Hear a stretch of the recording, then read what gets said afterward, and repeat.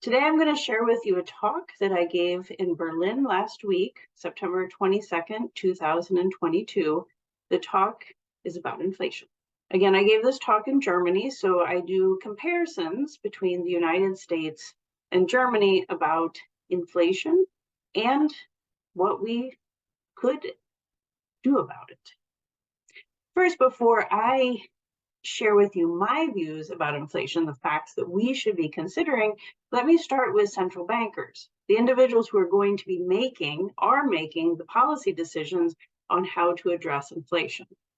First, we have, this is a quote from the Fed Chair Jay Powell's press conference last week after the Federal Open Market Committee decided once again to raise the federal funds rate by 75 basis points. Just to highlight some pieces of this, Chair Powell said, "We have both the tools we need and the resolve it takes to restore price stability. The Fed has been very clear in recent months that they are focused on getting inflation down."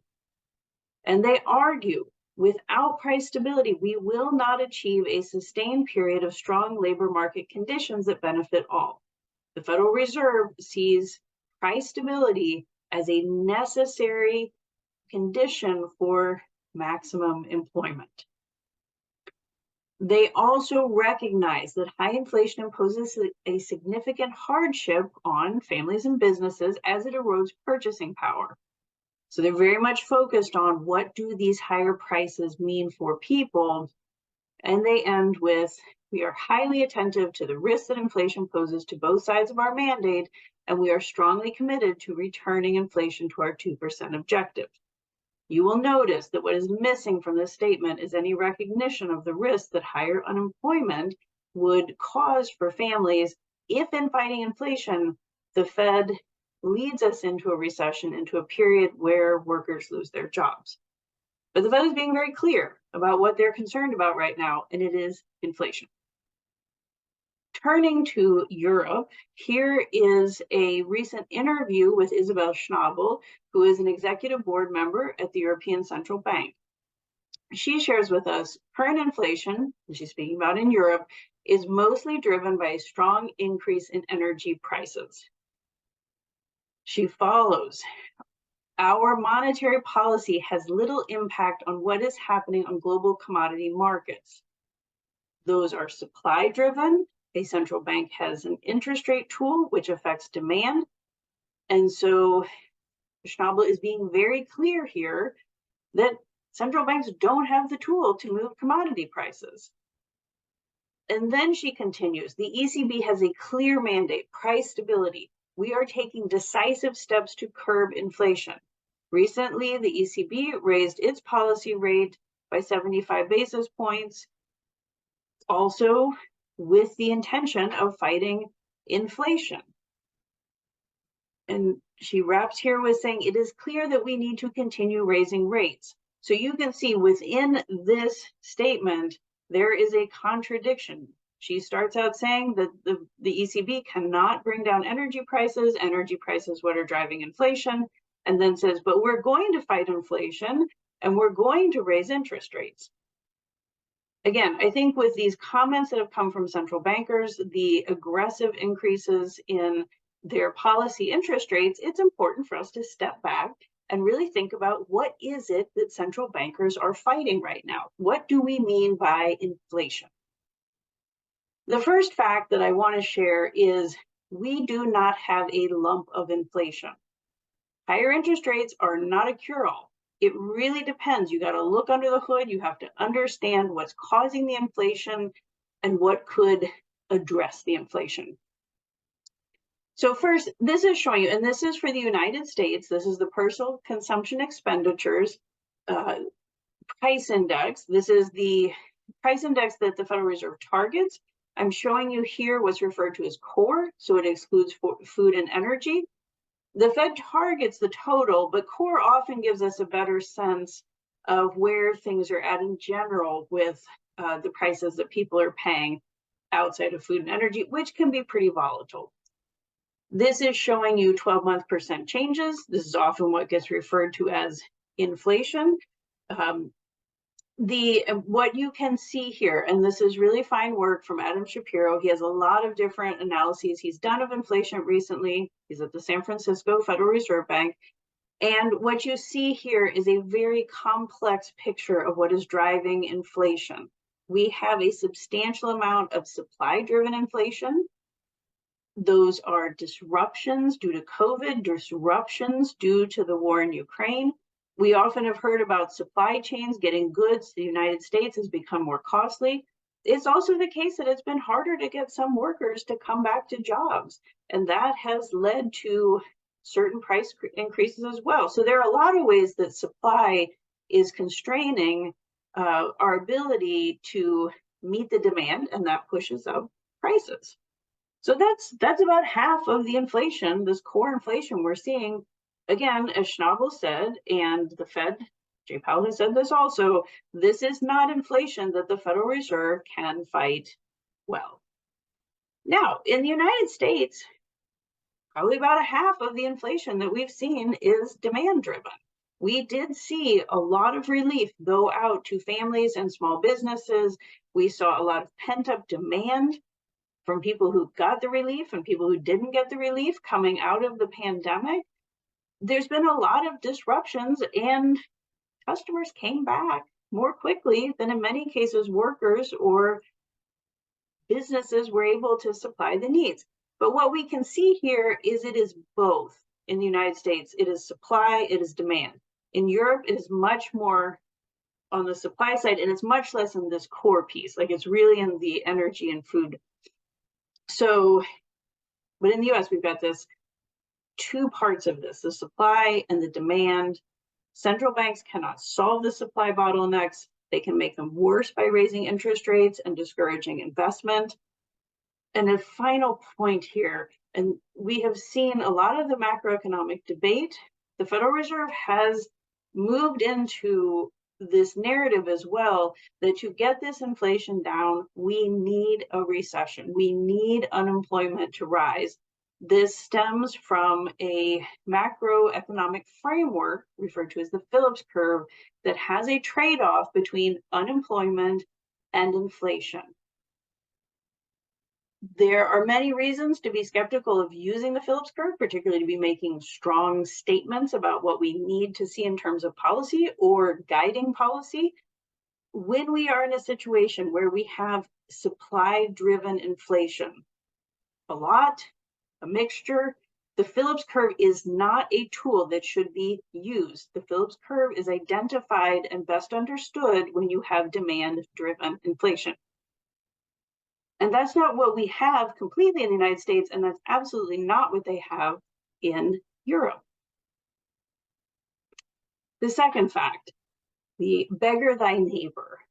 The way that the Federal Reserve, one of the ways that they are fighting inflation by raising interest rates, that is raising the dollar, making it cheaper for us to buy imported goods. And that means that the United States right now, with its interest rate policy, as well as global conditions have weakened, there is a flight to safety. The US are the safe assets. You need to buy dollar, or you need to have dollars to buy US treasuries. That puts demand, pushes up the dollar.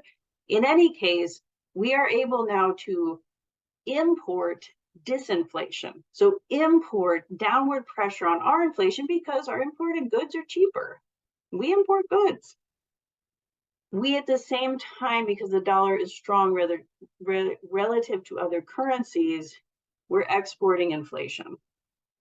And these effects, they're really stark. The Federal Reserve has been aggressively raising interest rates since early this year at a pace that we have not seen for a very long time. They have been raising interest rates much more quickly than other parts of the world, in part because, for example, in Europe, the inflation they're facing is not inflation that central bank tools are well equipped for. So again, we are importing disinflation. We are going to get inflation down at the expense of other countries, and particularly countries that are very much tied into the geopolitical conflicts in Ukraine. And then always this Federal Reserve policy of increasing interest rates has very negative effects on emerging market countries, because it's always pretty expensive for them to import goods, and now it is even worse. And we have a commodity crisis, so getting food to them, it's even more expensive. So the Federal Reserve's policies, they haven't affected home. The mandate is for the United States. The effects go beyond our borders. And right now, these are effects that are putting pressure on other economies. Over time, the core inflation in Europe is going to have effects that are not just energy passing through. They're going to be the Federal Reserve policy passing through, and that will really complicate the job of the European Central Bank, the Bank of England, and other central banks around the world. This is really problematic. On the German context, normally when you think of the dollar strengthens, well, that means it's more expensive for other countries to import goods from the US that they need dollars to pay for. But those exporters in those countries, they're in a position, well, their goods are cheaper, right? They're, that's the importing the disinflation of the US. Germany, part of its economy, very much relies on exports, on manufacturing, on getting goods out to the world. So normally for the exporters, this would be a good thing if the dollar strengthens. However, we are in a period of slowing global demand, and frankly, we are sitting on the precipice of a global recession. And in countries like Germany right now, they are putting restrictions on energy usage to help deal with the very high prices and the supply constraints of energy. And that makes it a lot harder for them to ramp up production and take advantage of these favorable terms of trade. So this is a big problem, but we will benefit in the United States.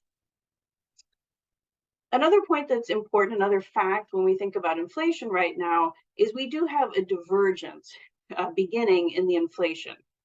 The United States is moving into a period where its inflation has stabilized. There are some signs that it is starting to step down, and there are certainly disinflationary pressures that will push down inflation, not just the import prices, but there are other supply chains getting better, global demand weakening. Like, demand doesn't just have to come down in the US to bring inflation down, it can come down abroad. So there are many factors that look like lower inflation is coming to us in the United States.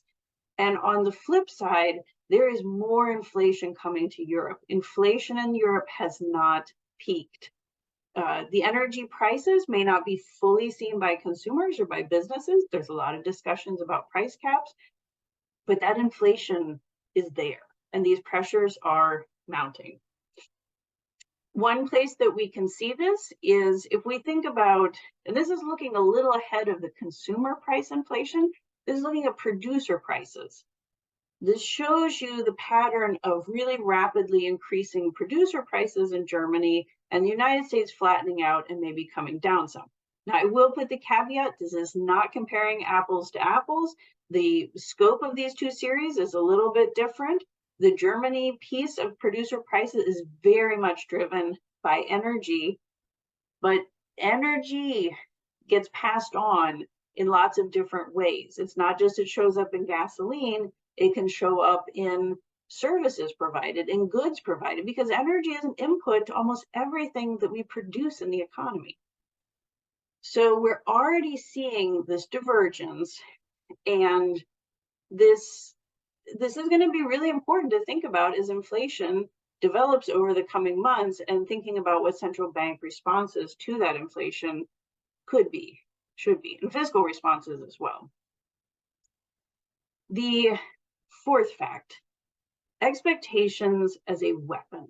There's been a lot of discussion about central banks' credibility, about the potential for inflation expectations to become quote unquote de-anchored. That is not the risk that we are facing right now. In particular, we need to remember inflation expectations on their own, whatever the number is, that is not the end all be all for understanding inflation dynamics.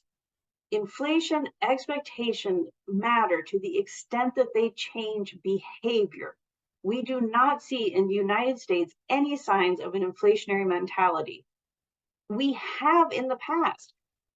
This can happen. It happens in hyperinflation settings. It happened in the 1970s after a decade of high inflation. We've had a year and a half of high inflation. There's no sign behavior is changing. This is from the Michigan survey. It's the survey that the Fed points to for their inflation expectations measure, which is what percent increase in prices do you expect? This is a very different question. It's a really simple one.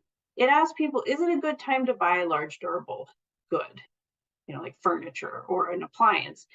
For many months now, people have said, no, it is not a good time to buy a durable. It's been at levels that are very, very low. So people get it. Prices are high. This is, a time if you can wait, you probably should wait. For the people who say, yes, it is a good time to buy, we see very little spending ahead of price increases, right? And this is where this good time to buy in advance. In the 1970s, of the people who said it's a good time to buy, that was a pretty substantial fraction. It is a very low fraction right now, and it is very much within the range that we've seen for many years when inflation was low.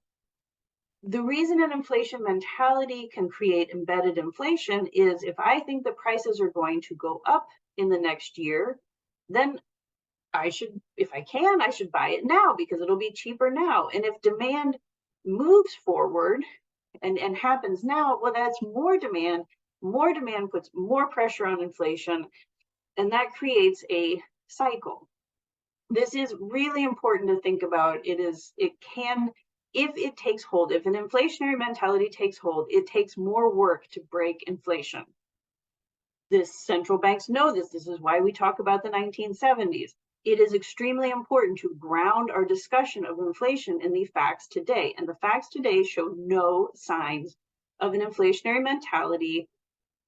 And it's misguided to rest monetary policy on expectations which do not seem to be out of the normal. And in fact, the questions, the data that the Fed relies on, this survey of consumers where they ask, what percent increase? So these are the inflation expectations that are often reported. There are financial market-based inflation expectations. These are elevated relative to before COVID, but they have come down substantially. So using them as a justification to keep raising interest rates is not grounded in the data. And it could get us to it could really have some negative effects because aggressive raising of interest rates, as we said, has some negative side effects. The fifth and final fact that I want to share with you is the idea of trickle-down inflation. We hear a lot about how the low-income families are the ones that are hit really hard by inflation because it's the necessities right now, which are, food and energy and housing. These are necessities, and the prices have risen quite substantially over the past year and a half. These are a larger share of the budgets of lower income households. So it is absolutely correct to say that the high inflation now is putting a real burden on households, lower income households. And yet, by raising interest rates, the Federal Reserve is trying to bring down demand. Those are exactly the households that when their credit card payments go up, when interest rates go up, when they lose their job as a feedback effect of these higher interest rates, well, it's really tough on them. Right? They're the ones that have to cut back on the demand. They're the ones that help bring inflation down. And yet, they are not the main source of the inflation. The biggest spending comes from higher income families. This should not be a surprise. The rich have more, the rich spend more. So if you want to think about excess demand, it is coming from the top and not the bottom. And again, these are people who didn't get stimulus checks. They didn't get unemployment insurance. They are a large source of demand. Now, they're not very sensitive to prices. They probably don't even look at the bill when they check out at the grocery store. But that's where the inflation is coming from. And it is unfortunate to have this play about we care about the low-income families, but the low-income families are going to be the ones that lose their jobs. But they're not the source of the inflation, the primary source. So these are 5 facts that things that we could talk about. Inflation right now is a really complicated situation. The decisions that central bankers across the world are facing, these are incredibly difficult, and I'm not here to second judge their decisions. I do think it's important that we lay out the facts, the data, and have a really serious conversation about whether our typical tools, our typical frameworks are up to this moment, and to have a more robust conversation about how decisions made in the United States have ramifications for the rest of the world, and they will come back to us. We may be right now importing disinflation, fighting our inflation. If the global economy goes into a recession, the United States economy will suffer. We might be strong enough to not have a severe recession like other parts of the world, but there are consequences for the actions that we take, and they are not consequences limited to the United States. And what happens in the rest of the world does have implications for our economy, for our workers, our businesses, and we need to think about all that. Fighting inflation is important. Fighting inflation really fast is not the only goal.